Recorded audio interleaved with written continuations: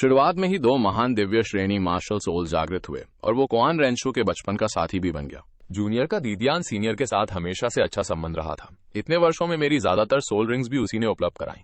लिंग फैंग ने दोनों ड्रैगन किंग की छवियों और सेवन डस्ट को सीधे देखा। वुहन हॉल और स्टार डॉग ग्रेट फॉरेस्ट लंबे समय से सहयोग कर रहे थे। दीदियान सीनियर ने मुझे पहले बताया था कि सोल बीस पर हेवनली डाउ का प्रतिबंध है, इसलिए वे हमेशा के लिए देवता नहीं बन सकते।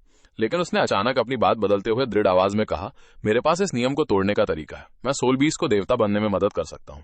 धड़ाम, दो प्राचीन ड्रैगन क्लान्स की भयंकर शक्तियां अचानक फूट पड़ी। पूरा भूमिगत पर्वतीय क्षेत्र जोर जोर से कांप उठा। चट्टानें तेजी से नीचे गिरने लगी। फायर ड्रैगन किंग चियान की आंखों में अविश्वास साफ दिखाई दे रहा था। वाटर ड्रैगन किंग हैंशवांग भी स्तब्ध रह गया। लिंग फैंग पर दबाव डालती ड्रैगन माइट के बावजूद वो बिल्कुल नहीं डरा। उसकी नजर दृढ़ थी। नियम इंसानों ने बनाए हैं और चेतना के बल पर उन्हें तोड़ा जा सकता है। इन वर्षों में वुहन हॉल और स्टार डॉग ग्रेट फॉरेस्ट ने मिलकर इस समस्या का समाधान खोजने पर काफी शोध किया है। दोनों ड्रैगन किंग्स लंबे समय तक खामोश रहे। पूरी घाटी में सिर्फ हवा के गरजने की आवाज गूंज रही थी। काफी देर बाद फायर ड्रैगन किंग ने गंभीर आवाज में पूछा, क्या यह बात वास्तव में दीतियान ने कही है? लिंग फैंग ने दृढ़ता से सिर हिलाया। जूनियर बिल्कुल झूठ नहीं बोल रहा। वाटर ड्रैगन किंग की तेज नजरें लिंग फैंग पर टिक गई। हमें यह बताने का तुम्हारा उद्देश्य क्या है? दोनों सीनियर्स ने मुझे ड्रैगन क्यू प्रदान किया था। इस एहसान को मैं हमेशा याद रखूंगा। लिंग फैंग ने खुले तौर पर कहा, आज मैं आपको यह बात सिर्फ अपना एहसान चुकाने के लिए बता रहा हूं। इसके अलावा जिस दिन मैं लेवल 90 के टाइटल डॉब्लो रैम तक पहुंच जाऊंगा, उस दिन मैं फिर यहां आऊंगा और दोनों सीनियर्स की ड्रैगन सोल्स को अपने साथ ले जाऊंगा। लिंग फैंग की आवाज बेहद गंभीर थी। मेरे पास एक तरीका है जिससे दोनों सीनियर्स एक नए तरीके से पुनर्जन्म ले सकते हैं। उसने मनी मन सब कुछ पहले ही सोचा। दोनों ड्रैगन किंग्स को उसकी इंटेलिजेंट सोल रिंग्स में बदलकर उसे डिवाइन पावर की मदद से उनके शरीर को दोबारा बनाया जा सकता था और उन्हें मृत्यु के भाग्य से पूरी तरह मुक्त किया जा सकता था। दोनों ड्रैगन किंग्स के भाव तुरंत बदल गए। फायर ड्रैगन किंग बुदबुदाया, हमारी ड्रैगन सोल्स को साथ ले जाना, क्या इससे हमें पुनर्जन्म लेने में मदद मिलेगी? हमारी ड्रैगन सोल्स अभी भी मौजूद हैं और ड्रैगन क्यू भी बची हुई है। अगर सही अवसर मिला तो पुनर्जन्म असंभव नहीं है। लिंग फैंग ने दृढ़ता से कहा। वाटर ड्रैगन किंग का चेहरा जटिल हो गया। उसने ठंडी आवाज में चेतावनी दी, अगर हमारी ड्रैगन सोल्स इस जगह से बाहर गईं तो ड्रैगन क्यू तेजी से खत्म हो जाएगी। अगर प्रयास असफल हुआ तो हम पूरी तरह नष्ट हो जाएंगे। फिर दोबारा पुनर्जन्म की कोई संभावना नहीं होगी। जूनियर समझता है। लिंग फैंग ने ऊपर देखा। उसकी आंखों में सच्चाई थी। लेकिन दोनों सीनियर्स इतने वर्षों से इस भूमिगत स्थान में कैद हैं। मुझे विश्वास है कि आप दोनों भी दोबारा इस दुनिया को देखना चाहते हैं। मैं 100% सफलता की गारंटी नहीं दे सकता, लेकिन मैं अपनी पूरी जिंदगी की शक्ति लगाकर आखिरी दम तक प्रयास जरूर करूंगा। दोनों ड्रैगन किंग्स ने एक दूसरे को देखा। उनके मन में अनगिनत विचार घूमने लगे। काफी देर बाद फायर ड्रैगन किंग जोर से हंस पड़ा। अच्छा है, पूरी ताकत से प्रयास करने की बात कहता है। हैंशवांग, तुम्हारा क्या विचार है? वाटर ड्रैगन किंग की नजरें धीरे धीरे नरम हुई। उसने शांत आवाज में कहा, इस बच्चे के शरीर में ड्रैगन क्लान की रक्त रेखा है। हमारे ड्रैगन क्यू का आशीर्वाद भी उसे मिल चुका है। इसका हमारे ड्रैगन क्लान से संबंध है। उसने लिंग फैंग की ओर देखते हुए गंभीरता से कहा, अपनी शपथ याद रखना। जब तुम टाइटल डॉब्लो के शिखर पर पहुंच जाओ तब फिर यहां आना। उस समय हम दोनों तुम्हें अपना अंतिम उत्तर देंगे। लिंग फैंग ने गहराई से झुककर प्रणाम किया। दोनों सीनियर्स का धन्यवाद। उसने आखिरी बार उन दोनों को देखा जिनके ड्रैगन क्यू से यह स्थान पोषित हो रहा था। फिर वो मुड़ा और तेज कदमों से वहां से चला गया। दोनों ड्रैगन किंग्स की विशाल छवियां धीरे धीरे गायब हो गई। उनकी दूर तक गूंजती आवाज काफी देर तक घाटी में सुनाई देती रही। हमें ज्यादा इंतजार मत करवाना। बाहर कुआन रेंशु बेचैनी से इंतजार कर रही थी। लिंग फैंग को बाहर आते देखते ही वो तुरंत आगे बढ़ी। क्या हुआ? मूनलाइट और घोष दोनों भी उसके पीछे आ गए। दोनों ने बीच बीच में मजाक किया, जिससे कुआन रेंशु का चेहरा हल्का लाल हो गया। लिंग फैंग चारों लोग फिर गाड़ी में बैठ गए और वुहन सिटी की ओर चल पड़े। गाड़ी तेजी से आगे बढ़ रही थी। लिंग फैंग ने पर्दा उठाकर पीछे छूटते सनसेट फॉरेस्ट की ओर देखा। उसके मन में अब पूरी तरह निश्चित था कि लेवल 90 टाइटल डॉब्लो रैम ज्यादा दूर नहीं है। साथ ही वो आगे की साधना की योजना तेजी से सोचने लगा। लेवल 70 सोल सेज रेल्म अब पूरी तरह स्थिर हो चुका था। 7 सोल रिंग और martial soul true body soul master के परिवर्तन का सबसे महत्वपूर्ण चरण थे। इसलिए सामान्य वर्ष वाला सोल रिंग अब उसकी जरूरत पूरी नहीं कर सकता था। स्टार डॉग ग्रेट फॉरेस्ट के संसाधन सुरक्षित और नियंत्रित थे, लेकिन दीतियान की मौजूदगी के कारण वहां उच्च स्तरीय सोल बीस का शिकार करना मुश्किल था। वहां 2 लाख वर्ष पुराने सोल बीस भी बहुत थे, लेकिन वहां बोस आईसी और मिलियनियर सोल बीस की मौजूदगी के कारण खतरा भी बहुत बड़ा था। अब उसके सामने एक और रास्ता था। समुद्र क्षेत्र के विशाल सोल बीस संसाधन स्टार डॉग ग्रेट फॉरेस्ट से भी बड़े अवसर प्रदान करते थे, लेकिन सबसे बड़ी बाधा थी सी गॉड आइलैंड की हाई प्रीस्ट बोस आईसी। वो लेवल 99 टाइटल डॉब्लो थी और सी गॉड्स डिवाइन पावर की धारक थी। उसकी शक्ति पूरे चारों समुद्रों पर प्रभाव डालती थी। लिंग फैंग ने शांत होकर विचार किया, सामान्य 1 लाख वर्ष पुराने सोल बीस अगर सी गॉड आइलैंड से दूर हो तो उन्हें चुपचाप मारा जा सकता था। इससे बोस आईसी को पता भी नहीं चलता। लेकिन अगर 2 लाख वर्ष या उससे अधिक पुराने सोल बीस को निशाना बनाया गया तो स्वर्ग और पृथ्वी में भारी हलचल पैदा होना निश्चित था। तब इस टाइटल डॉब्लो को आकर्षित करना तय था। संघर्ष से बचना मुश्किल था। अगर गोल्डन इविल डॉब्लो के नेतृत्व में क्यान जून और जियांगमो जैसे दोनों लेवल 97 टाइटल डॉब्लो साथ हों तो वुहन हॉल के पास पूरा आत्मविश्वास था। शायद वे कमजोर भी नहीं पड़ते। लेकिन लिंग फैंग ने बार बार विचार करने के बाद आखिरकार महसूस किया कि ऐसा करना नुकसान के मुकाबले फायदा कम देगा। स्टार डॉग ग्रेट फॉरेस्ट सुरक्षित और स्थिर था। जोखिम भी बहुत कम था। बस उच्च स्तरीय सोल बीस के विकल्प सीमित थे। वहीं समुद्री क्षेत्र में अवसर अनगिनत थे और उसकी सीमा भी बहुत ऊंची थी, लेकिन उसके भीतर घातक खतरे छिपे थे। दोनों रास्तों के फायदे और नुकसान बिल्कुल स्पष्ट थे, इसलिए कुछ समय के लिए निर्णय लेना मुश्किल था। 3 दिन बाद गाड़ी धीरे धीरे वुहान सिटी में दाखिल हुई और सीधे वर्शिप हॉल की ओर चली गई। लिंग फैंग के गाड़ी से उतरते ही पहले से इंतजार कर रहे गोल्डन ईविल डॉब्लो तुरंत आ गया है। उन्होंने उसकी शक्ति को ध्यान से महसूस किया। अगले ही पल उनकी आंखें फैल गई। उनके चेहरे पर गहरा आश्चर्य था। लेवल 70 सिर्फ 3 दिनों में 2 स्तर बढ़ाकर सोल सेज रैम तक पहुंच गया। ये बात सुनते ही आसपास मौजूद सभी वर्शिपर्स तुरंत उसके चारों ओर जमा हो गए। पूरा स्थान शोर से भर गया। 12 साल की उम्र में सोल सेज, पूरे दुलवा कॉन्टिनेंट के इतिहास में ऐसी प्रतिभा पहले कभी नहीं देखी गई थी। एजो, लुआन और बाकी कई वर्शिपर्स लगातार उसकी प्रशंसा करने लगे। घोष भी तुरंत उनकी बात से सहमत हुआ। इस बार आइस एंड फायर यिनयांग वेल की यात्रा में सचमुच असाधारण अवसर मिला है। इसी शोर के बीच वर्शिप हॉल के भीतर से एक स्थिर और गंभीर आकृति बाहर आई। वो ग्रेट वर्शिपर क्यान दाओलियू था। सभी वर्शिपर्स ने तुरंत अपने भाव संभाल लिया और सम्मानपूर्वक प्रणाम किया। क्यान दाओलियू की नजर लिंग फैंग पर पड़ी। उसने उसकी नींव और सोल पावर को ध्यान से जांचा, फिर हल्का सा सिर हिलाया। लेवल 70 सोल सेज, नींव बहुत मजबूत और स्थिर है। तुम्हारी सोल पावर की गहराई भी समान स्तर के लोगों से बहुत अधिक है। बहुत अच्छा। लिंग फैंग ने हाथ जोड़कर धन्यवाद दिया। क्यान दाओलियू ने अचानक गंभीर स्वर में पूछा, अब आगे तुम्हारा क्या इरादा है? लिंग फैंग ने सच सच जवाब दिया, जूनियर अब 7 सोल रिंग प्राप्त करने की तैयारी कर रहा है, लेकिन अभी इस बात को लेकर उलझन है कि मुझे स्टार डॉग ग्रेट फॉरेस्ट जाना चाहिए या समुद्री क्षेत्र में जाकर अवसर तलाशना चाहिए। क्यान दाओलियू कुछ देर चुप रहा। उसने तुरंत सहमति नहीं दी। इसके बजाय उसने पूछा, तुम्हारी उम्र कितनी है? लिंग फैंग ने जवाब दिया, ग्रेट वर्शिपर जूनियर की उम्र 12 वर्ष है। क्यान दाओलियू, पूरे इतिहास में ऐसी प्रतिभा दुर्लभ है। मैंने अनगिनत युवा प्रतिभाओं को देखा है। 12 साल की उम्र में सोल एल्डर और 15 साल की उम्र में सोल एंसेस्टर बनने वाले लोग भी कम नहीं थे, लेकिन उनमें से ज्यादातर बीच रास्ते में रुक गए। अंत में वे सामान्य लोगों की भीड़ में खो गए। क्या तुम जानते हो इसका कारण क्या है? लिंग फैंग के मन में हलचल हुई। वो चुपचाप आगे की बात सुनने लगा। क्यान दाओलियू ने कहा, क्योंकि उनकी साधना बहुत तेज होती है। वे सिर्फ सोल पावर जमा करने पर ध्यान देते हैं और अपने मन को स्थिर करने की उपेक्षा करते हैं। आखिरकार उनकी गति ही उनकी कमजोरी बन जाती है। क्यान दाओलियू की आवाज गंभीर थी। एक सोल मास्टर का रास्ता ऐसा ही है। एक्यूमुलेटेड सोल पावर बाहर से दिखाई देती है, लेकिन मन की स्थिरता असली नींव है। अगर नींव कमजोर हो तो भविष्य में तुम्हारा रैम जितना ऊंचा होगा, कमियां उतनी ही बड़ी होती जाएंगे। तुमने अभी तक विशाल पर्वत और नदियों को नहीं देखा। तुमने मानव संसार के अलग अलग रूपों को महसूस नहीं किया। तुम्हारे मन की ये कमी अब तुम्हारी ऊपरी सीमा को रोक रही है। क्यान दाओलियू ने सीधे सलाह दी, लेवल 70 से लेवल 80 तक का समय सोल मास्टर के लिए बेहद महत्वपूर्ण साधना और स्थिरता का चरण है। अभी कुछ समय के लिए सोल रिंग की तलाश की योजना रोक दो। पहाड़ों और नदियों को देखने के लिए महाद्वीप की यात्रा करो। लोगों के जीवन को देखो। अपने मूल मन को समझो। मन की सफलता सोल पावर की सफलता से कहीं अधिक मूल्यवान है। लिंग फैंग अचानक सब समझ गया। उसने गंभीरता से झुककर प्रणाम किया। ग्रेट वर्शिपर, आपका मार्गदर्शन देने के लिए धन्यवाद। जूनियर इसे हमेशा याद रखेगा। आसपास मौजूद सभी वर्शिपर्स भी उसकी बात से सहमत हुए। उन्होंने भी लिंग फैंग को बाहर जाकर अनुभव हासिल करने और अपने मन को स्थिर करने की सलाह दी। गोल्डन ईविल डॉब्लो ने कहा, उसकी साधना की गति बहुत तेज है। उसे वास्तव में अपने मन को और अधिक मुड़ान करने की जरूरत है। क्यान जून और जांगमो जैसे लोगों ने भी कहा, जब तुम यात्रा पूरी करके वापस आओगे और तुम्हारा मन पूरी तरह बदल चुका होगा, तब तुम निश्चित रूप से एक बार फिर टूटपा कर सकोगे। लिंग फैंग ने अपने सामने खड़े उन सभी वरिष्ठ करते थे। उसके दिल में गर्माहट भर गई। उसने एक बार फिर गहराई से झुककर सभी का धन्यवाद किया। इतने वर्षों की साधना में वो टुजूर अपनी खेती और अपने लक्ष्यों के बीच भागता रहा था। उसने वास्तव में कभी इस दुनिया को ठीक से देखा ही नहीं था। 3 महीने में डुअलो की शुरुआत में ही 2 शंजिक वुकुन जागृत हुए और वो कियान रेंशु का बचपन का दोस्त भी बन गया। रात होते ही लिंग फैंग खिड़की के सामने अकेला खड़ा होकर आसमान में फैले तारों को देखने लगा। कियान दाओलियू की सिखाई हुई बातें हमेशा उसके दिमाग में गूंजती रहती थी। एक दिन आंगन में अचानक साफ और शोर भरी आवाजें सुनाई दी। दुगु यान, हुलियना, शियू ये और यान चारों 7 साल के बच्चे जल्दी जल्दी वहां पहुंचे। उनके चेहरों पर उत्साह साफ दिखाई दे रहा था। लिंग फैंग भाई, हमने सुना है कि आप बाहर यात्रा करने जा रहे हो, हमें भी साथ ले चलो ना। हम निश्चित रूप से आपकी बात मानेंगे और बिल्कुल परेशानी नहीं करेंगे। दुगु यान ने लिंग फैंग की टांग पकड़ ली। उसके छोटे से चेहरे पर उम्मीद साफ दिखाई दे रही थी और उसकी आंखें थोड़ी लाल हो गई थी। हुलियना ने उसके कपड़े पकड़ लिए और नरम आवाज में विनती करने लगी। उसकी चमकती हुई खुलसी जैसी आंखों में पूरी उम्मीद थी। छोटा यान भी सीना तानकर खड़ा हो गया और दावा करने लगा कि उसकी ताकत बिल्कुल कमजोर नहीं है और वो पूरी यात्रा के दौरान लिंग फैंग की रक्षा कर सकता है। अपने साथ बड़े हुए इन दोस्तों को देखकर लिंग फैंग के दिल में गर्माहट भर गई, लेकिन वो फिर भी उन्हें प्यार से मना करने के अलावा कुछ नहीं कर सकता था। नहीं, तुम लोग अभी बहुत छोटे हो। इस बार की यात्रा बहुत लंबी है और रास्ते में बहुत सारे खतरे हैं। तुम्हारी हुनली अभी कम है, इसलिए मैं पूरे रास्ते तुम्हारी सुरक्षा नहीं कर पाऊंगा। यान फिर भी मानने को तैयार नहीं था और लगातार साथ चलने की जिद करता रहा। लिंग फैंग ने धैर्य से उसे समझाया और वादा किया कि जब वे सभी थोड़े बड़े हो जाएंगे और उनकी ताकत बढ़ जाएगी, तब अगली बार वो उन्हें पूरे दाकुल में घूमने के लिए जरूर लेकर जाएगा।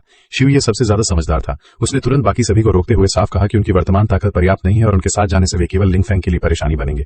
उसने गंभीरता से वादा किया कि सभी लोग मेहनत से साधना करेंगे और लिंग फैंग के वापस आने पर उसे अपनी उपलब्धियां दिखाएंगे। बच्चों के दिल में बहुत अनिच्छा थी और उनकी आंखें भी लाल हो गई थी, लेकिन फिर भी उन्होंने आज्ञाकारी होकर सिर हिला दिया। लिंग फैंग ने सभी के सिर पर हाथ फेरा और वादा किया कि लौटते समय वो उनके लिए जरूर उपहार लेकर आएगा। तभी छोटे बच्चों की भावनाएं धीरे धीरे शांत हुई। वे 3-3 कदम पर पीछे मुड़कर देखते हुए वहां से चले गए। उन्हें दूर जाते हुए देखकर लिंग फैंग के मन में भावना भावनाएं उमड़ने लगी। इस जीवन में उसने अपने पिछले जीवन का अकेलापन पीछे छोड़ दिया था। उसके पास परिवार, बड़े बुजुर्ग और ऐसे लोग थे जो उसका साथ देते थे। इन सरल और सच्चे लोगों के साथ बना ये रिश्ता ही वो बंधन था जिसे वो इस जीवन में सबसे ज्यादा सुरक्षित रखना चाहता था। कुछ दिनों बाद यात्रा की सारी तैयारियां पूरी हो गई। लिंगफेंग ने अपने माता पिता से विदा ली और आधिकारिक रूप से यात्रा के लिए निकलने वाला था। जैसे ही वो आंगन के बाहर निकला, उसने कियान रेंशु और जिनचेंग को कंधे से कंधा मिलाकर खड़े देखा। दोनों ने भी अपने बड़े बुजुर्गों से अनुमति ले ली थी और यात्रा पर साथ जाने की जिद की थी। लिंगफेंग ने दोनों की शिवय के बारे में पूछा। कियान रेंशु पहले ही 57वें स्तर की हुनवांग बन चुकी थी। जिनचेंग 45वें स्तर का होनसोंग था। इतनी कम उम्र में उनकी शिवय पूरे डाकुल के समान उम्र के लोगों में सबसे आगे थी और दोनों बेहद प्रतिभाशाली थे। लिंगफेंग ने दोनों की प्रतिभा की प्रशंसा की। जिनचेंग ने पूरे जोश के साथ कहा कि वो भविष्य में जेसीए डॉलर जरूर बनेगा। कियान रेंशु ने शांत भाव से कहा कि पूरी यात्रा के दौरान वो लिंगफेंग की व्यवस्था के अनुसार ही चलेगी। तीनों ने यात्रा की योजना तय की। सबसे पहले अलग अलग स्थानों पर स्थित वुहुन किंडरगार्टन का निरीक्षण करना था। इसके बाद वे जिग्बत बीमयान, गहरे समुद्र, रेगिस्तान और दूसरे अज्ञात क्षेत्रों की यात्रा करेंगे। वे वास्तव में इस दुनिया के अलग अलग रूपों और लोगों के जीवन को महसूस करना चाहते थे। आंगन के बाहर चारों छोटे बच्चे फिर से अपना सिर बाहर निकालकर खड़े हो गए। उनकी आंखों में आंसू थे। उन्होंने लिंगफेंग से जल्दी लौटने, अच्छी तरह साधना करने और अपनी ताकत बढ़ाने का वादा करने को कहा। लिंगफेंग ने मुस्कुराकर उनकी बात का जवाब दिया। फिर वो मुड़ा और कियान रेंशु तथा जिनचेंग के साथ सुबह की रोशनी की ओर आगे बढ़ गया। शहर के दरवाजे के बाहर एक गाड़ी पहले से काफी देर से इंतजार कर रही थी। तीनों गाड़ी पर चढ़े और यात्रा शुरू कर दी। सुबह की रोशनी में वुहुन सिटी की आकृति धीरे धीरे धुंधली होती गई। उनके दिल में एक दृढ़ विश्वास था। ये जगह उनकी जड़ और उनका घर थी और आगे का रास्ता पहाड़ों, नदियों और विकास से भरा था। गाड़ी तेजी से आगे बढ़ती रही। रास्ते में जिनचेंग उत्साह से पूछता रहा कि क्या वे हेवन डो सिटी जाएंगे। लिंगफेंग ने कहा कि सबसे पहले वे हेवन डो सिटी के वुहुन किंडरगार्टन की स्थिति का निरीक्षण करेंगे। आगे का रास्ता लंबा था। विशाल डाकुल के अनगिनत रूप उनका इंतजार कर रहे थे। गाड़ी दिन रात चलती रही। 3 दिन बाद वे एक शानदार और विशाल शहर की दीवार के सामने पहुंचे। शहर की दीवार बेहद ऊंची और भव्य थी। शहर के दरवाजे पर व्यापारियों की भीड़ जमा थी और लोगों की आवाजाही लगातार हो रही थी। हर तरफ समृद्धि का दृश्य दिखाई दे रहा था। अपनी पहचान की वजह से अननेसेसरी ध्यान आकर्षित न हो, इसलिए लिंगफेंग ने मोटे कपड़े के 3 जोड़े निकाले। तीनों ने जल्दी से अपने कपड़े बदले और वुहुन हॉल के कोड़े से आदित्य होने की अपनी पहचान छिपा ली। लिंगफेंग ने उनके लिए एक नई पहचान तय की। तीनों ने खुद को बराक किंगडम से यात्रा करने वाले छोटे कुलीन भाई बहन के रूप में पेश किया। वे चुपचाप शहर में प्रवेश करने वाले थे। तीनों ने अपनी असाधारण आभा को छिपा लिया और अपने तेज तेवरों को दबा दिया। वे लोगों की भीड़ में शामिल होकर आसानी से शहर के दरवाजे की जांच पार कर गए। किसी को भी कोई असामान्यता महसूस नहीं हुई। शहर के अंदर प्रवेश करते ही चौड़ी और व्यवस्थित सड़कें दिखाई दी। दोनों तरफ अनगिनत दुकानें थी और दुकानदार लगातार सामान बेचने के लिए आवाजें लगा रहे थे। अमीर व्यापारी, हुनशी, साधारण लोग और भिखारी, हर कोई अपनी अपनी जिंदगी में व्यस्त था। यहाँ इंसानी दुनिया के अलग अलग रूप साफ दिखाई दे रहे थे। तीनों सड़क पर धीरे धीरे आगे बढ़े। जिनचेंग हर नई चीज को देखकर बेहद उत्साहित था और चारों तरफ देखकर लगातार उत्सुकता से सब कुछ समझने की कोशिश कर रहा था। कियान रेंशु शांत भाव से उनके साथ चल रही थी और चुपचाप हेवन डो सिटी के माहौल और रीति रिवाजों को देख रही थी। ताजा जानकारी हासिल करने के लिए तीनों ने भीड़भाड़ वाले इलाके में एक चाय खाने को चुना। वे खिड़की के पास बैठ गए, चाय और नाश्ता मंगाया और आसपास के लोगों की बातचीत ध्यान से सुनने लगे। चाय खाने में हर तरह के लोग मौजूद थे। यहाँ अलग अलग तरह की खबरें तेजी से फैल रही थी। बगल की मेज पर बैठे व्यापारी वुहुन हॉल द्वारा हाल ही में खोले गए बच्चों के संस्थानों के बारे में चर्चा कर रहे थे। वे ये भी कह रहे थे कि वुहुन हॉल का शंजिक खुद टीम का नेतृत्व करके प्रतियोगिता में हिस्सा लेने वाला है। 12 साल की उम्र में शंजिक बनने की उसकी असाधारण प्रतिभा ने सभी को हैरान कर दिया था। लोग लगातार उसकी प्रशंसा कर रहे थे। दोनों ये सुनकर मन ही मन मुस्कुरा रहे थे। इसी समय नीचे सड़क से अचानक शोर और झगड़े की आवाज आने लगी। एक दबंग आवाज में चिल्लाने की आवाज सुनाई दी। लोगों को रास्ते से हटाते हुए लोगों का एक समूह सड़क पर जबरदस्ती आगे बढ़ रहा था। वे बेहद अहंकारी अंदाज में रास्ता साफ कर रहे थे। सबसे आगे एक शानदार कपड़े पहना हुआ युवक घोड़े पर तेजी से दौड़ रहा था। वो बिना किसी परवाह के राह चलते लोगों से टकराते हुए आगे बढ़ रहा था। साधारण लोग जल्दी से रास्ते से हट गए। वे गुस्से में तो थे लेकिन कुछ कहने की हिम्मत नहीं कर रहे थे। लिंगफेंग ने चाय खाने के एक बुजुर्ग से पूछताछ की। बुजुर्ग ने बताया कि वो हेवन डो के 4 राजकुमारों में से एक जिद्दी राजकुमार शूफेंग था। राजकुमार होने की अपनी पहचान के सहारे वो हमेशा मनमानी करता था। हेवन डो सिटी में ऐसा कोई नहीं था जो उसे आसानी से परेशान करने की हिम्मत करे। लिंगफेंग की आंखों में हल्की चमक आई। उसने मन ही मन सब समझ लिया। मूल कहानी में यह दबंग और जिद्दी व्यक्ति भविष्य में इतनी ऊंची स्थिति तक पहुंच गया था, लेकिन दुनिया में इतने बदलाव हो चुके थे। क्या इस बार भी इस व्यक्ति का भाग्य उसी तरह दोहराया जाएगा? शोर करती भीड़ से बचते हुए तीनों उठे और शहर के पूर्वी हिस्से की ओर जाने लगे। जैसे जैसे वे पूर्व की ओर बढ़ते गए, सड़कें और भी संकरी और पुरानी होती गई। यहाँ ज्यादातर साधारण लोग रहते थे। शहर के केंद्र की समृद्धि और भव्यता से यह इलाका बिल्कुल अलग था। जिनचेंग के मन में सवाल उठा कि वुहुन किंडरगार्टन को आखिर गरीबों के इलाके में क्यों बनाया गया है। लिंगफेंग ने शांत भाव से समझाया, जिन लोगों को वास्तव में मदद और शिक्षा की जरूरत है वे हमेशा नीचे के गरीब परिवारों के बच्चे होते हैं। आखिरकार वे अपनी मंजिल पर पहुंच गए। सामने एक नया और साफ सुथरा परिसर था। सफेद दीवारों और साफ सुथरे दरवाजे के ऊपर वुहुन किंडरगार्टन का बड़ा और भव्य बोर्ड लगा हुआ था। अंदर से बच्चों के पढ़ने की साफ और मधुर आवाजें आ रही थी। 3 से 4 साल से लेकर 5-6 साल तक के दर्जनों गरीब बच्चे एक जैसे कपड़े पहने हुए व्यवस्थित तरीके से बैठे पढ़ रहे थे। उनकी आंखें साफ और चमकदार थी। बाहर दीवार के पास कई बच्चों की माताएं शांत खड़ी होकर अपने बच्चों को देख रही थी। उनके चेहरों पर संतुष्टि और कृतज्ञता साफ दिखाई दे रही थी। यह दृश्य देखकर जिनचेंग के मन में भावनाएं उमड़ आई। अगर बचपन में उसके पास भी ऐसी जगह होती तो उसे भी। कियान रेंशु ने कहा, इस तरह की शिक्षा आखिरकार लाखों लोगों को वुहुन हॉल की दया और योगदान याद रखने पर मजबूर करेगी। लिंगफेंग कुछ देर तक चुपचाप खड़ा रहा। उसने अपनी आंखों से इस शिक्षा के परिणामों को देखा और उसके मन में काफी संतुष्टि पैदा हुई। इसके बाद वो मुड़कर वहां से चला गया। तीनों ने एक शांत होटल खोजा और वहीं ठहर गए। वे हेवन डो सिटी में कुछ समय रुककर यहाँ की अलग अलग परिस्थितियों और लोगों के जीवन को देखना चाहते थे, लेकिन अभी वो ठीक से ठहरे भी नहीं थे कि नीचे से अचानक तेज और जल्दबाजी भरी शोर की आवाज आने लगी। एक नई परेशानी अचानक उनके सामने आ चुकी थी। नीचे से अचानक दबंग गांठने की आवाज सुनाई दी और सराय की शांति टूट गई। स्योबेंग अपने लोगों के साथ जबरदस्ती अंदर घुसाया और जोर देकर सराय के मालिक से अपने राजकुमार के लिए सबसे अच्छा कमरा खाली करने और बढ़िया अतिथि कक्ष तैयार करने को कहने लगा। उसका रवैया बेहद दबंग और अहंकारी था। सराय का मालिक बार बार झुककर विनती करता रहा और साफ बताया कि सराय पूरी तरह भरी हुई है, लेकिन स्योबेंग को इससे कोई फर्क नहीं पड़ा। लिंगफेंग ने खिड़की से नीचे देखा। वास्तव में वो दिन में सड़क पर मनमानी करने वाला चौथा राजकुमार स्यूबेंग ही था।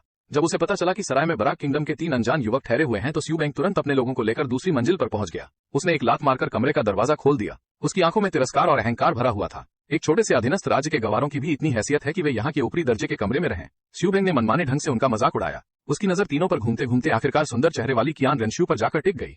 उसकी आंखों में लालच की चमक दिखाई दी। उसने वहां मौजूद लोगों की बिल्कुल परवाह नहीं की और हाथ बढ़ाकर कियान रेंशू को छेड़ने की कोशिश की। वो उसे जबरदस्ती राजमहल ले जाकर अपने अधिकार में रखना चाहता था। जिनचेंग तुरंत गुस्से में आ गया और हमला करने वाला ही था, लेकिन लिंगफेंग ने अपनी नजरों से उसे रोक दिया। बिजली जैसी तेजी से लिंगफेंग ने अपना हाथ उठाया। उसने सटीक तरीके से स्यूबेंग की कलाई पकड़ ली। लोहे की पकड़ जैसी ताकत अचानक कस गई। दर्द के कारण स्यूबेंग के दांत खिटखिटाने लगे और वो चीख उठा। उसके साथ आए लोग तुरंत अपने वुवन को सक्रिय करके झुंड में आगे बढ़े। लिंगफेंग का चेहरा बिल्कुल शांत था। उसने बस हाथ को जोर से झटका। स्यूबेंग का पूरा शरीर हवा में उड़ गया और जाकर उसके साथ आए लोगों के बीच जोर से गिरा। कुछ ही पल में सभी लोग एक दूसरे के ऊपर गिरते हुए बुरी तरह जमीन पर जा गिरे। स्यूबेंग मुश्किल से उठ खड़ा हुआ। उसके चेहरे पर गुस्सा और हैरानी दोनों थे।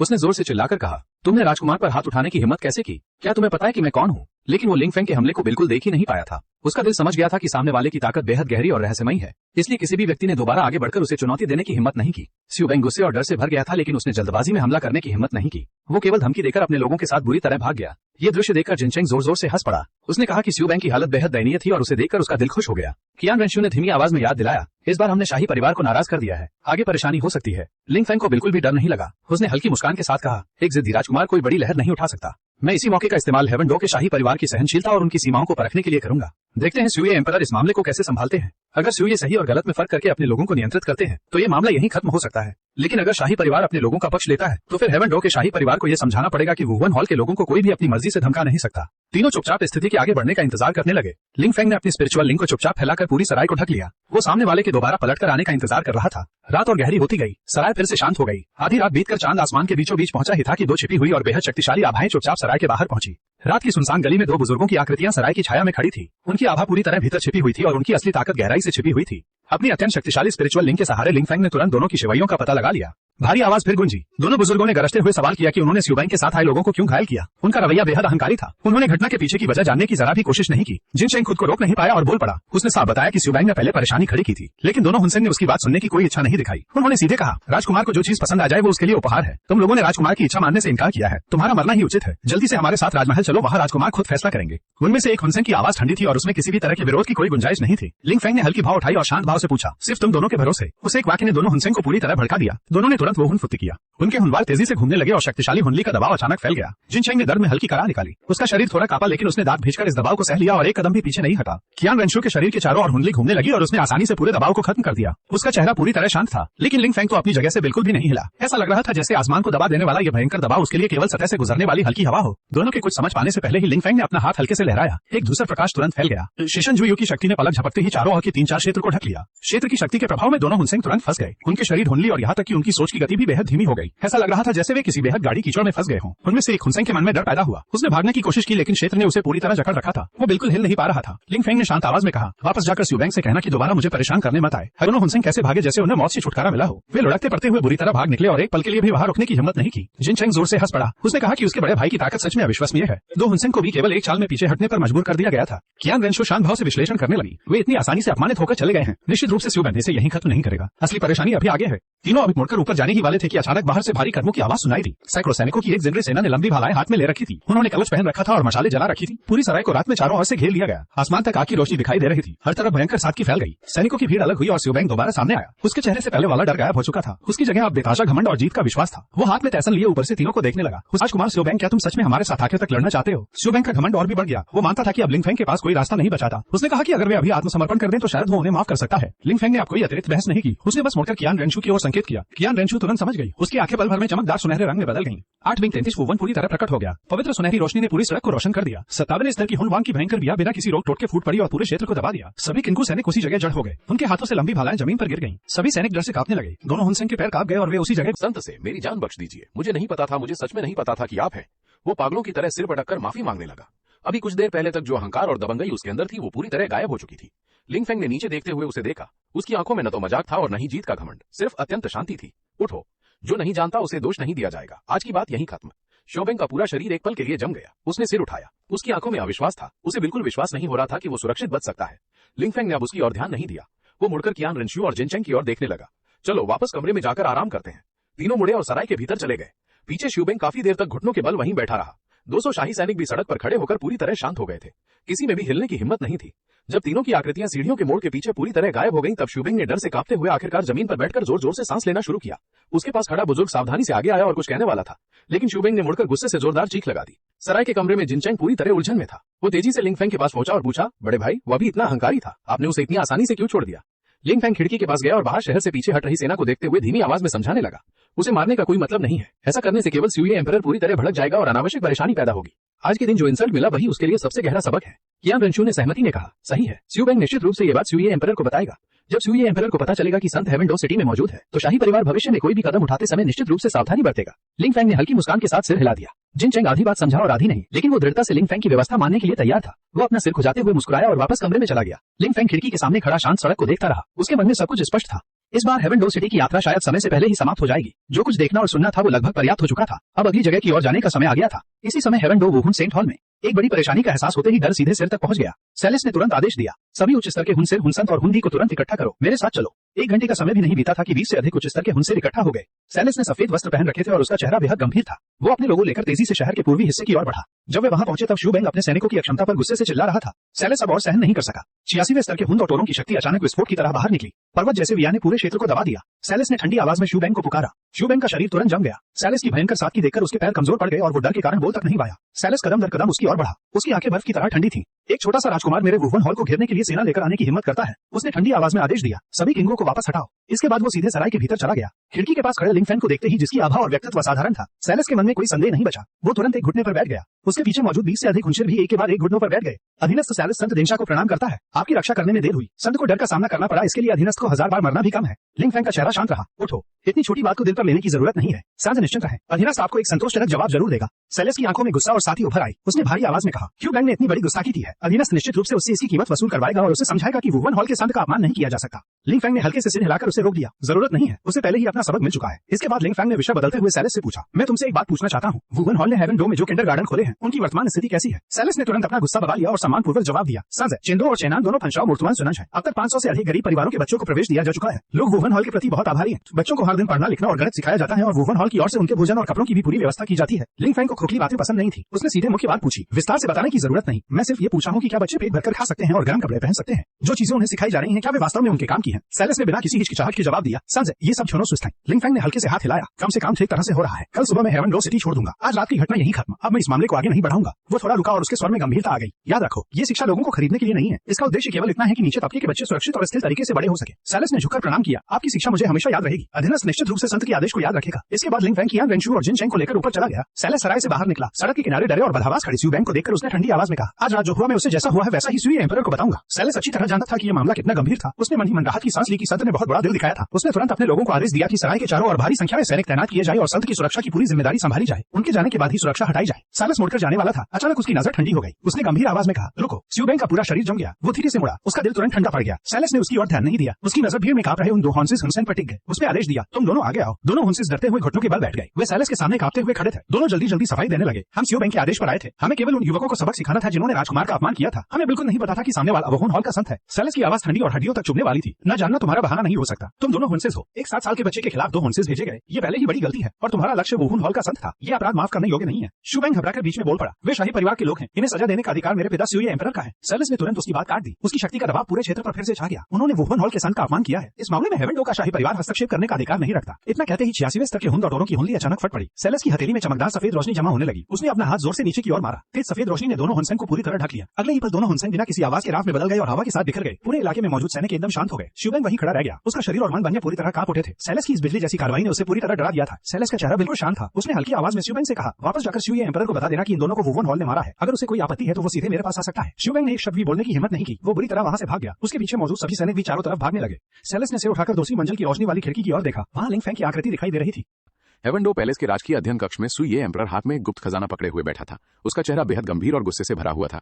क्राउन प्रिंस सुई किंग हाथ नीचे किए चुपचाप खड़ा था। कभी कभी वो दरवाजे की ओर देख लेता, लेकिन उसके चेहरे पर कोई खास भाव नहीं था। अंदर से सूचना आई, सू बेंग को बुलाया गया है। सू ये एम्परर ने ठंडी आवाज में कहा, उसे अंदर भेजो। दरवाजा खुला। सू बेंग ने कपड़े बदल लिए थे, लेकिन उसका चेहरा अभी भी बेहद पीला था। उसके कदम भी लड़खड़ा रहे थे। उसमें पहले वाली जरा भी अकड़ नहीं बची थी। वो सीधे घुटनों के बल गिर पड़ा। उसका माथा संगमरमर के फर्श से लगा हुआ था। वो कांपती आवाज में प्रणाम करने लगा। राजकीय अध्ययन कक्ष में केवल मोमबत्तियों की हल्की रोशनी और शांत आवाजें गूंज रही थी। उस अदृश्य दबाव के कारण सू बेंग के पूरे शरीर से पसीना निकल रहा था। वो हाथ उठाकर उसे पूछने तक की हिम्मत नहीं कर रहा था। कुछ देर बाद सू ये एम्परर ने गंभीर आवाज में कहा, सिर उठाओ। सू बेंग ने धीरे धीरे सिर उठाया। सम्राट का चेहरा ठंडा और गंभीर था। उसके चेहरे को देखते ही सू बेंग का दिल जोर से धड़कने लगा।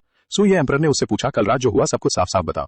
सू बेंग के होंठ कांपने लगे। उसने एक एक करके पूरी घटना बताई। उसे पता चला था कि सराय में 3 अजनबी युवक ठहरे हुए हैं। वो अपने लोगों को लेकर वहां गया और उन्हें परेशान किया, लेकिन लिंग फैंग ने उन्हें आसानी से हरा दिया। इसके बाद सैलेस वहां पहुंचा और उसने 2 वांगशी हुओशन को एक ही प्रहार में मार डाला। कहानी के अंत तक सू बेंग की आवाज बेहद धीमी हो चुकी थी।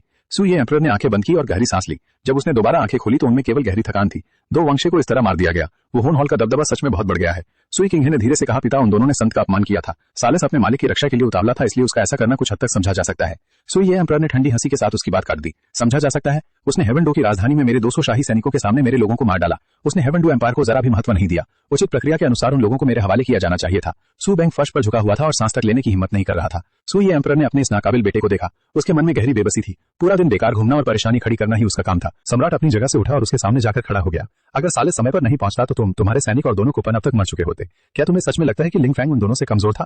12 साल का हुंदी जिसकी ताकत सामान्य हुनसेक से बहुत अधिक है, उसने उन दोनों पर हमला नहीं किया। इसका केवल एक कारण था, तुम उसके सामने लड़ने के योग्य ही नहीं थे। सू बेंग का चेहरा कागज की तरह सफेद पड़ गया। सू ये एम्परर ने आदेश दिया, आज से अपने कमरे में बंद रहकर अपनी गलतियों पर विचार करो। जब तक मेरी अनुमति न हो अपने वांगफू से आधा कदम भी बाहर मत निकलना। सू बेंग जमीन पर घिसटता हुआ वहां से बाहर निकल गया। अब कमरे में केवल पिता और पुत्र रह गए थे। सुई किंग ने पूछा, पिता, वुहोन हॉल के साथ आगे क्या करना चाहिए? सुई एम्परर ने निर्णय लिया, मुझे स्वयं जाकर माफी मांगनी होगी। सुई एम्परर ने गंभीर आवाज में कहा, किंग, याद रखना, इस दालिद में अंततः ताकत ही सबसे कठोर सत्य है। वुहोन हॉल के पास इतने सारे फोंगो डॉलरों हैं, हेवन डो के पास इसके मुकाबले कुछ भी नहीं है। अगर वे राजधानी में भी लोगों को मार सकते हैं और हम उन्हें रोक नहीं सकते, तो मेरे पास झुककर माफी मांगने के अलावा कोई विकल्प नहीं है। सुई किंग ने झुककर आदेश स्वीकार किया। अगली सुबह वो सम्राट के साथ सराय की ओर निकल पड़ा। राजकीय अध्ययन कक्ष में अब केवल सुई एम्परर अकेला रह गया। वो सिंहासन पर बैठा और धीमी आवाज में बुदबुदाया, 12 साल का हुंदी। सुई एम्परर ने नीले रंग का लंबा वस्त्र पहन रखा था। उसने राजसी लॉन्ग पाव नहीं पहना था, लेकिन उसके शरीर से स्वाभाविक रूप से सम्राट जैसी हुआ निकल रही थी। प्रिंस सुई किंग हाथ में एक सुंदर डिब्बा लिए उसके पीछे चल रहा था। सैलेस पहले से वह इंतजार कर रहा था। उसने बिना किसी डर या अहंकार के झुककर उनका स्वागत किया और उन्हें दूसरी मंजिल के कमरे तक ले गया। लिंग फैंग खिड़की के पास अकेला बैठकर चाय पी रहा था। क्यों रेंशुए और जिनचंग उसके पीछे खड़े थे। सम्राट ने दरवाजा खोला। उसकी नजर सीधे उस युवा लड़के पर पड़ी। उसकी उम्र अभी 12 साल से भी कम थी। दिखने में वो साधारण लग रहा था, लेकिन इसी छोटे से लड़के ने दोनों बड़े साम्राज्यों के कई शक्तिशाली लोगों के मन को हिला दिया था। सैलेस ने सम्मानपूर्वक कहा, संजी। लिंग फैंग तुरंत उठ खड़ा हुआ। उसने हाथ जोड़कर अभिवादन किया और सम्राट को बैठने का संकेत दिया। टेबल पर वो सुंदर डिब्बा शांतिपूर्वक रखा गया था। लिंग फैंग ने डिब्बे पर एक नजर डाली, लेकिन अंदर क्या है ये पूछने की कोई जल्दी नहीं दिखाई। सुई एम्परर ने धीमी आवाज में कहा, आज मैं विशेष रूप से आपसे माफी मांगने आया हूं। लिंग फैंग अपनी जगह पर शांत बैठा रहा। वो सामने बैठे सम्राट को ध्यान से देखता रहा। इस समय वो किसी दूसरे देश के सम्राट के रूप में नहीं, बल्कि अपने बेटे की गलती का समाधान करने आए एक साधारण पिता के रूप में दिखाई दे रहा था। लिंग फैंग ने शांत स्वर में कहा, सम्राट को इतना औपचारिक होने की जरूरत नहीं है। कल रात की बात पहले ही खत्म हो चुकी है। सुई एम्परर सीधा बैठ गया। उसके मन में युवक के प्रति प्रशंसा और बढ़ गई। उसे लगा था कि संजी अपमानित होने के बाद निश्चित रूप से नाराज होगा, लेकिन सामने वाले की सहनशीलता और सोच उसकी उम्मीद से कहीं अधिक थी। संजी का हृदय वास्तव में विशाल है। मैं आपका बहुत आभारी हूं। सम्राट ने दोबारा बैठते हुए सामने रखा डिब्बा लिंग फैंग की ओर बढ़ाया। ये एक छोटा सा उपहार है, कृपया इसे स्वीकार करें।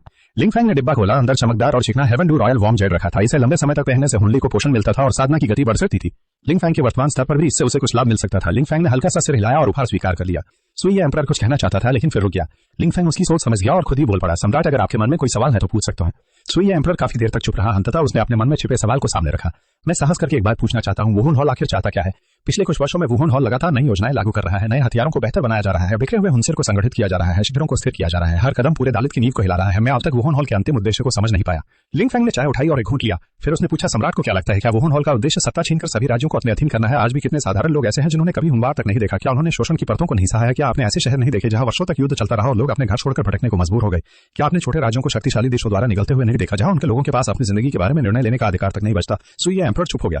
लिंग फैंग ने शांत स्वर में कहा, वुहोन हॉल की मांग बहुत सरल है। हुनसिर और साधारण लोग अपनी अपनी जगह शांति से रहें। अलग अलग राज्य और शहर स्थिर होकर साथ अस्तित्व में रहें। बिना वजह होने वाली युद्ध और अशांति को पूरी तरह समाप्त किया जाए। जहां तक अलग अलग राज्यों की राजशाही को खत्म करने की बात है, वो ऐसी चीज नहीं है जिसकी मुझे चिंता करने की जरूरत है। आखिरकार मैं अभी केवल 12 साल का बच्चा हूं। ये सुनकर सुई एम्परर हंस पड़ा। उसकी हंसी में राहत, कड़वाहट और भावनाएं सभी मिली हुई थी। एक 12 साल का बच्चा वास्तव में वो काम कर रहा था जिसे वो खुद जीवन भर पूरा करना चाहता था। वो खड़ा हुआ और लिंग फैंग की ओर हाथ जोड़कर धन्यवाद किया। दरवाजे तक पहुंचकर वो अचानक रुक गया। उसने पीछे मुड़कर पूछा, कल रात उन 2 कोपन को मैंने ही भेजा था। सालिस ने उन पर कार्रवाई कार्रवाई की और आपने उसे रोकने की कोशिश नहीं की। मैं केवल ये जानना चाहता हूँ कि अगर साले समय पर नहीं पहुंचता तो आप उन दोनों के साथ क्या करते? लिंग फेंग का स्वर बिल्कुल शांत था, उसमें जरा भी उतार चढ़ाव नहीं था। वे इस समय तक जीवित नहीं होते। सुई एम्परर ने सब समझते हुए सिर हिलाया, फिर उसने दरवाजा खोला और बाहर चला गया। जाते समय सुई किंग ने पीछे मुड़कर लिंग फेंग को देखा। उसकी आंखों में जिज्ञासा, जांच और सम्मान तीनों भाव मौजूद थे। लिंग फेंग ने हल्की मुस्कान के साथ उसकी ओर देखा। सुई किंग तुरंत तेज कदमों से अपने पिता के पीछे चला गया। दोनों के चले जाने के बाद लिंग फेंग ने धीमी आवाज में खुद से कहा, क्यों रेंशवे को हेवन रूम में जासूसी के लिए भेजना? सुई बैंक की वजह से मामला काफी दिलचस्प हो गया है। नीचे गाड़ी में सुई किंग ने चिंतित होकर पूछा, पिता आप ठीक हैं? सुई एम्परर ने सिर हिलाया, फिर उसने उल्टा पूछा, तुम लिंग फेंग के बारे में क्या सोचते हो? सुई किंग ने कुछ देर सोचा, मैं संसी को समझ नहीं सकता। इतनी कम उम्र में उसकी मानसिक स्थिरता और परिपक्वता अनगिनत वयस्कों से भी ज्यादा है। सुई एम्परर ने गहरी सहमति में सिर हिलाया, मैं भी उसे समझ नहीं सकता, लेकिन एक बात अब पूरी तरह निश्चित है, हेवन टू एम्पायर को उससे किसी भी कीमत पर दुश्मनी नहीं करनी चाहिए। गाड़ी धीरे धीरे राजमहल की ओर बढ़ती रही। सराय में जिनचंग खुद को रोक नहीं पाया और बोल पड़ा, बड़े भाई मुझे लगता है सुई एम्परर कोई बुरा इंसान नहीं है। लिंग फेंग ने शांत स्वर में कहा, किसी सम्राट को केवल अच्छा या बुरा कहकर नहीं समझा जा सकता। उसके हर निर्णय का उद्देश्य अपने राज्य को स्थिर रखना होता है। आज वो माफी मांगने इसलिए नहीं आया था कि उसे अपनी गलती का एहसास हो गया था, वो इसलिए आया क्योंकि वुहन हॉल की ताकत बहुत ज्यादा है और वो उसका सामना करने में सक्षम नहीं है। 3 कटोरियां गर्मा गर्म हुला तांग की मेज पर रखी गईं। गाड़ी शोरबे में मेनजिन, मुल्लर और हुआंगा चाय मिली हुई थी। तीखी और खुशबूदार महक सीधे नाक तक पहुंच रही थी। जिन चेंग ने एक घूंट लिया। मिर्च की तीक्ष्णता महसूस होते ही वो लगातार सांस खींचने लगा, लेकिन उसके हाथ में पकड़ी चॉपस्टिक फिर भी रुकने का नाम नहीं ले रही थी।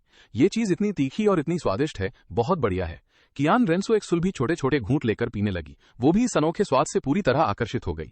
लिंग फेंग ने तुरंत कटोरा नहीं उठाया। उसने कटोरे को हाथ में लेकर कुछ देर उसके रंग को देखा। इस परिचित खुशबू ने उसके पिछले जीवन की यादें जगा दी। उसने एक घूंट लिया। तीखी गर्माहट उसके गले से होती हुई पूरे शरीर में फैल गई। उसकी आंखें उसी पल हल्की लाल हो गईं। उसने अपना सिर घुमा लिया। उसे अचानक दूर की एक पुरानी याद आ गई। कहा जाता था कि ये एक बेहद दूर स्थित गुप्त रेसिपी थी और पूरे इलाके में इसे बनाने वाली केवल यही एक दुकान थी।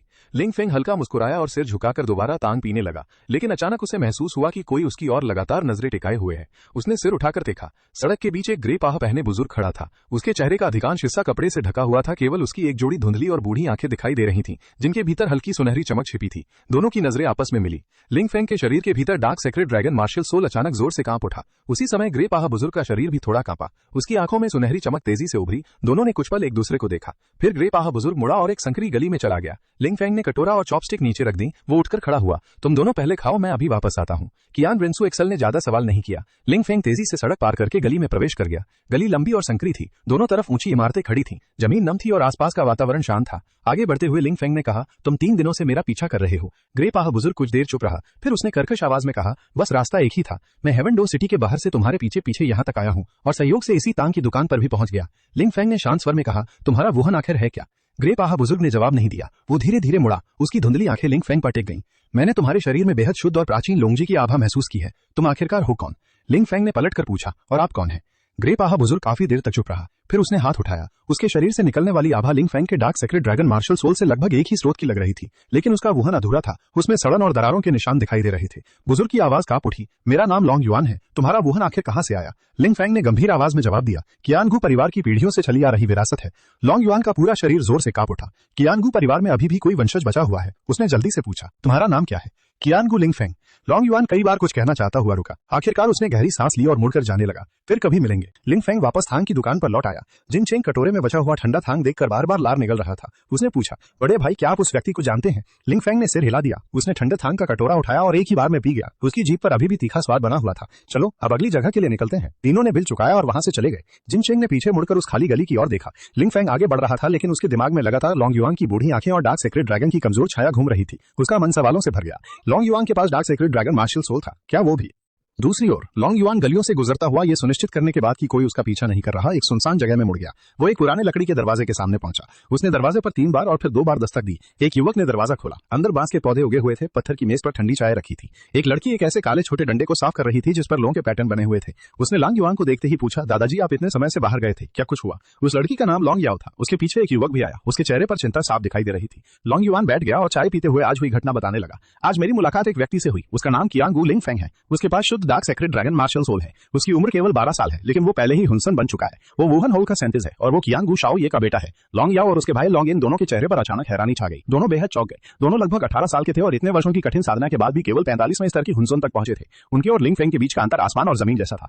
युआन ने तुरंत गंभीर आवाज में कहा, बैठो। लॉन्ग इन उसकी बात सुनकर वापस बैठ गया। बूढ़े की आंखों में कड़वाहट भर गई। क्या तुम दोनों जानते हो कि उस समय कियांगू परिवार की विनाश का असली कारण क्या था? भाई बहन दोनों उलझन में एक दूसरे को देखने लगे और सिर हिला दिया। बचपन से उन्हें केवल इतना पता था कि उनकी मां कियांगू परिवार की वंशज थी। उन्हें जन्म देने के कुछ समय बाद बाद ही उनकी मां का निधन हो गया था। उनके नाना वर्षों से उन्हें लेकर एक जगह से दूसरी जगह भटकते रहे थे। वे कभी भी किसी एक शहर में लंबे समय तक रहने की हिम्मत नहीं करते थे। लॉन्ग युआन ने ऊपर आसमान की ओर देखा। उसकी आवाज दर्द से भरी थी। 50 साल से भी पहले कियांग गु परिवार किसी से दुश्मनी नहीं रखता था। मैं और मेरे 2 बड़े भाई परिवार से बाहर निकले और वुहान हॉल में शामिल हो गए। हमारे परिवार की प्रसिद्धि और शक्ति बढ़ने लगी, लेकिन इसी कारण क्लियर स्काई सेक्ट और blue lightning tyrant dragon clan को हमसे डर लगने लगा। उन्हें डर था कि हमारा पलन गुन वुहान उनके क्लियर स्काई हैमर और blue lightning tyrant dragon martial soul को दबा सकता है। एक दिन जब मेरे दोनों बड़े भाई बाहर गए हुए थे, तब दोनों संप्रदायों के शक्तिशाली लोगों ने मिलकर कियांग गु परिवार के पुराने घर पर हमला कर दिया। एक ही रात में परिवार के 300 से अधिक लोग मारे गए। लॉन्ग याओ ने अपना मुंह ढक लिया। उसकी आंखों से बिना आवाज के आंसू बहने लगे। लॉन्ग युआन ने आगे कहा, उस समय तुम्हारी मां केवल 1 महीने की थी। तुम्हारी नानी ने उसे तहखाने में छिपा दिया था, इसी वजह से वो बच गई। लॉन्ग इन ने दोनों मुट्ठियां कस ली। उसकी उंगलियों की हड्डियां तक दिखाई देने लगी। लॉन्ग युआन की आवाज और भारी हो गई। तुम्हारी मां की मृत्यु से पहले उसने मेरा हाथ पकड़कर केवल एक बात कही थी। उसने कहा कि मैं बदला लेने की जिद छोड़ दूं। वो चाहती थी कि तुम दोनों शांतिपूर्वक जीवन बिताओ।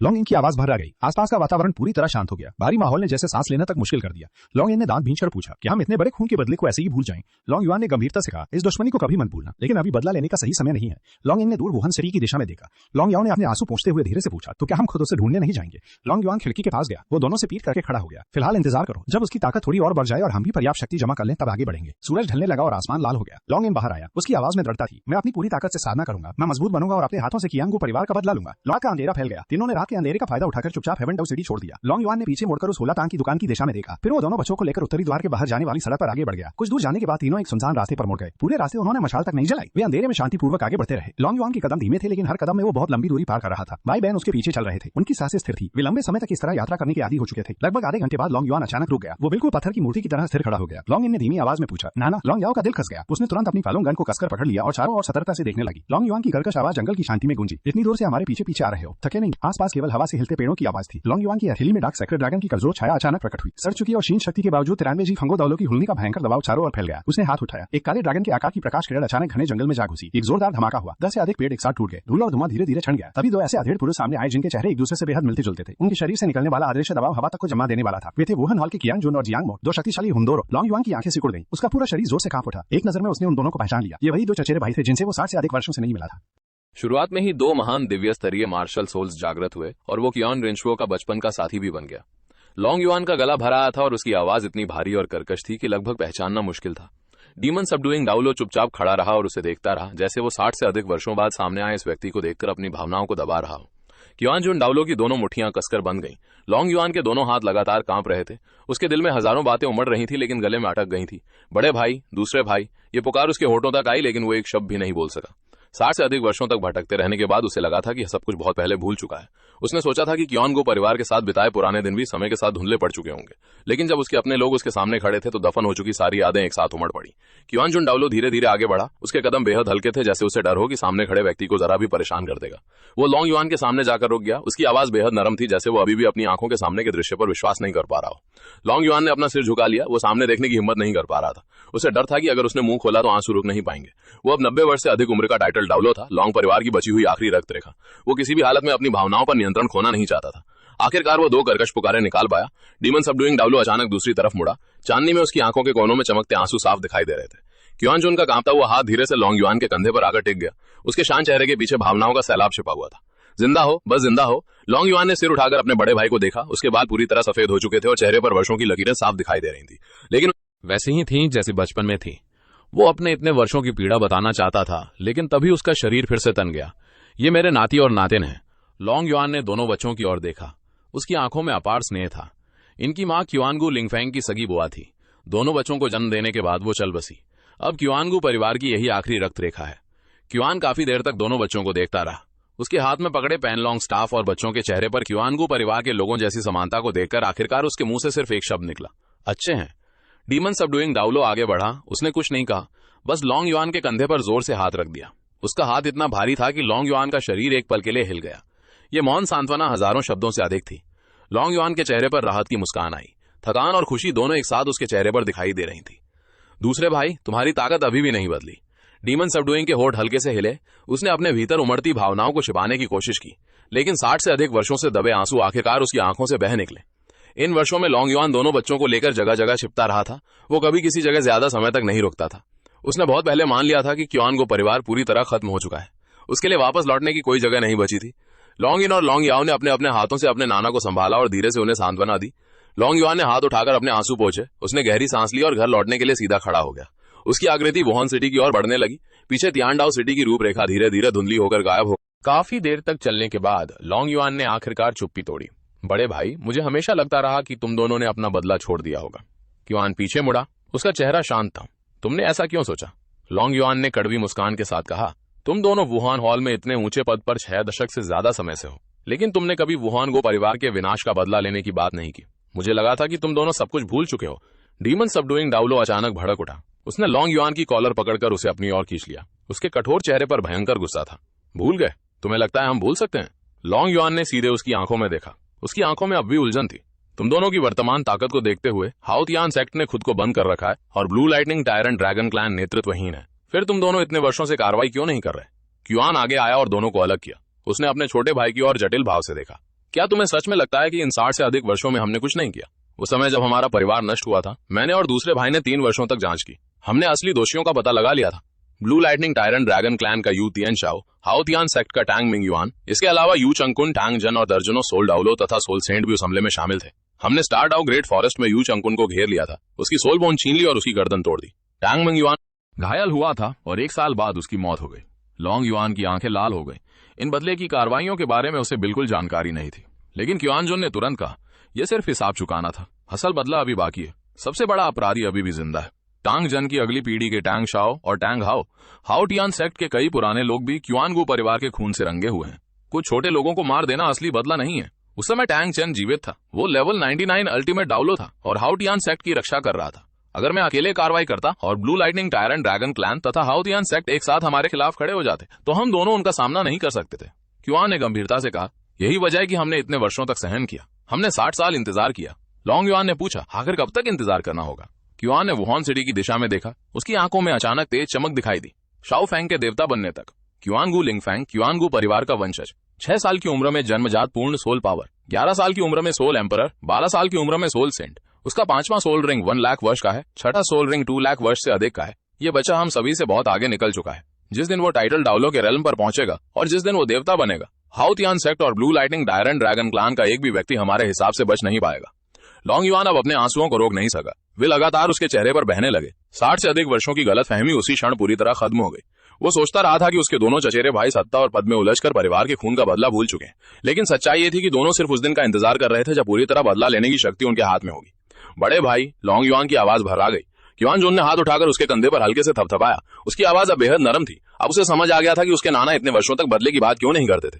वो सिर्फ इसलिए चुप थे क्योंकि उन्हें डर था कि कहीं दोनों बच्चों को नुकसान न पहुंच जाए। क्युआन जुन दोनों बच्चों के सामने गया। उसने उनके हाथों में पकड़े पैनलॉन्ग स्टाफ को देखा। अच्छे बच्चों, अब से तुम्हें जगह जगह भटकने और छिपने की जरूरत नहीं है। लॉन्ग इन और लॉन्ग याओ ने एक साथ झुककर प्रणाम किया। धन्यवाद बड़े परदादा।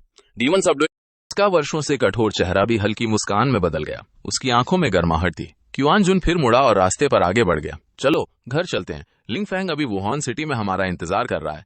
लॉन्ग युआन ने अपने आंसू पोंछे, अपनी पीठ सीधी की और घर लौटने के लिए आगे बढ़ गया। चांदनी के नीचे पांचों की परछाइयां आगे बढ़ती रहीं। 60 से अधिक वर्षों से बिछड़ने के बाद घर लौटने का यह रास्ता बहुत लंबा था, लेकिन लंबे इंतजार के बाद आखिरकार उन्हें उम्मीद की पहली रोशनी दिखाई दे चुकी थी।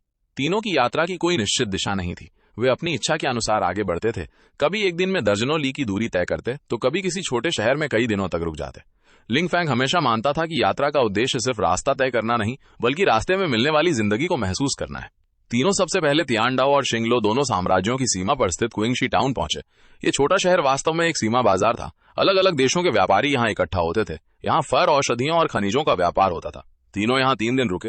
उन्होंने सीमा पर रहने वाले लोगों की बंटी हुई जिंदगी को करीब से देखा। तियानडाओ के लोग खेती करते और खेत बेचते थे। शिंगलो की तरफ लोग मुख्य रूप से गाय और भेड़ चराते थे। एक सूखी नदी का तल दोनों क्षेत्रों को अलग करता था। दोनों तरफ के लोग नदी के पार एक दूसरे को देखते रहते थे। कभी कभी झगड़े होते थे, लेकिन ज्यादातर समय सिर्फ खामोशी रहती थी। उस सुबह लिंगफैंग ने जिज्ञासा से पूछा कि ऐसा क्यों है। अगले दिन तीनों की मुलाकात एक ऐसे व्यक्ति से हुई जो पिछले 30 वर्षों से इस इलाके में व्यापार कर रहा था। उसका नाम कियान पांगजी था और वो व्यापारियों के एक दल का नेतृत्व करता था। तीनों के बाहर घूमने की बात सुनकर कियान पांगजी ने सीधे कहा, बस अमीर घराने के बच्चे घूमने निकले। जिनचैंग कुछ कहना चाहता था, लेकिन लिंगफैंग ने उसे रोक दिया। लिंगफैंग ने उसे शराब पिलाई। कुछ प्याले चावल की शराब पीने के बाद कियान पांगजी ने सीमा पर व्यापार करने वाले लोगों की परेशानियां बतानी शुरू की। दोनों देशों में अलग अलग टैक्स लगते थे। एक सामान को कई शहरों से गुजरना पड़ता और हर जगह कर देना पड़ता था। आखिरकार एक यात्रा से होने वाली पूरी कमाई टैक्स में चली जाती थी। व्यापार करना बेहद मुश्किल हो गया था। जिनचैंग ने हैरानी से पूछा, फिर भी तुम लोग ये काम क्यों जारी रखते हो? कियान पांगजी ने कड़वी मुस्कान के साथ कहा, बस अपने घर वालों का पेट पालने के लिए। फिर उसने धीमी आवाज में वुहान हॉल द्वारा सीमा पार कर लगाए जाने वाले कर को खत्म करने की अफवाह के बारे में पूछा। लिंगफैंग ने उसकी बात की पुष्टि कर दी। कियान पांगजी की आंखों में तुरंत उम्मीद दिखाई दी। वो मनी नन वुहान सिटी जाने की इच्छा करने लगा। बस समस्या ये थी कि रास्ता बहुत लंबा था। लिंगफैंग ने चुपचाप सीमा क्षेत्र में वुहान हॉल की प्रतिष्ठा से जुड़ी ये बात अपने मन में दर्ज कर ली। तीसरे दिन सभी ने क्विंगशी टाउन को अलविदा कहा और दक्षिण की ओर चल पड़े। 2 दिन बाद वे यी रिवर के किनारे बसे ल्यूहे विलेज पहुंचे। यहाँ लगभग 100 परिवार रहते थे। नदी के किनारे हर जगह झुके हुए विलो पेड़ दिखाई देते थे। उसी समय गांव के एक परिवार में बेटी की पूरे गांव के लोग शादी की तैयारियों में व्यस्त थे। लाल कागज पर लिखे खुशी के अक्षर हर जगह लगे हुए थे। बच्चे हाथों में मिठाइयां लेकर इधर उधर दौड़ रहे थे। लकड़ी का काम करने वाले ओल्ड वांगताओ ने तीनों को बाहर से आए मेहमानों के रूप में देखा तो जबरदस्ती उन्हें शादी में शामिल होने के लिए बुला लिया। शादी में चावल की शराब और घर का साधारण खाना था। भोजन सादा था लेकिन गर्मजोशी से भरा हुआ था। जिन चेंग ने जमकर खाना खाया। कियान रेंशो ने भी लंबे समय बाद अपनी पहचान और पद की सारी औपचारिकता एक तरफ रख दी। वो गांव की लड़कियों के साथ हंसती और बातें करती रही। कुछ शराब पीने के बाद ओल्ड वांगताओ ने लिंगफैंग को अपने दिल की बात बताई। उसकी पत्नी बहुत पहले गुजर चुकी थी। उसने अकेले ही अपनी बेटी को बड़ा किया था। फिर उसने पिछले 2 वर्षों में वुहान हॉल द्वारा खोले गए मुफ्त स्कूलों की बात की। गांव के बच्चे अब स्कूल से वापस आकर पढ़ना लिखना सीख रहे थे। यहाँ तक कि उसकी अपनी बेटी अब दरवाजे पर लगे खुशी के अक्षर पर पहचान सकती थी। उसकी बातों में वुहान हॉल के लिए गहरी कृतज्ञता थी। इसके बाद ओल्ड वांगटाओ ने उत्सुकता से 12 साल के सेंट सन क्युआनगू लिंगफैंग के बारे में पूछा। वो लिंगफैंग की असाधारण प्रतिभा की लगातार प्रशंसा करता रहा। फिर उसने उत्सुकता से पूछा, क्या सेंट सन रोज मांस खाते हैं? लिंगफैंग हंस पड़ा और उसे बताया, लिंगफैंग रोज ज्यादातर सब्जियां ही खाता है। ओल्ड वांगटाओ ये सुनकर बहुत हैरान हुआ।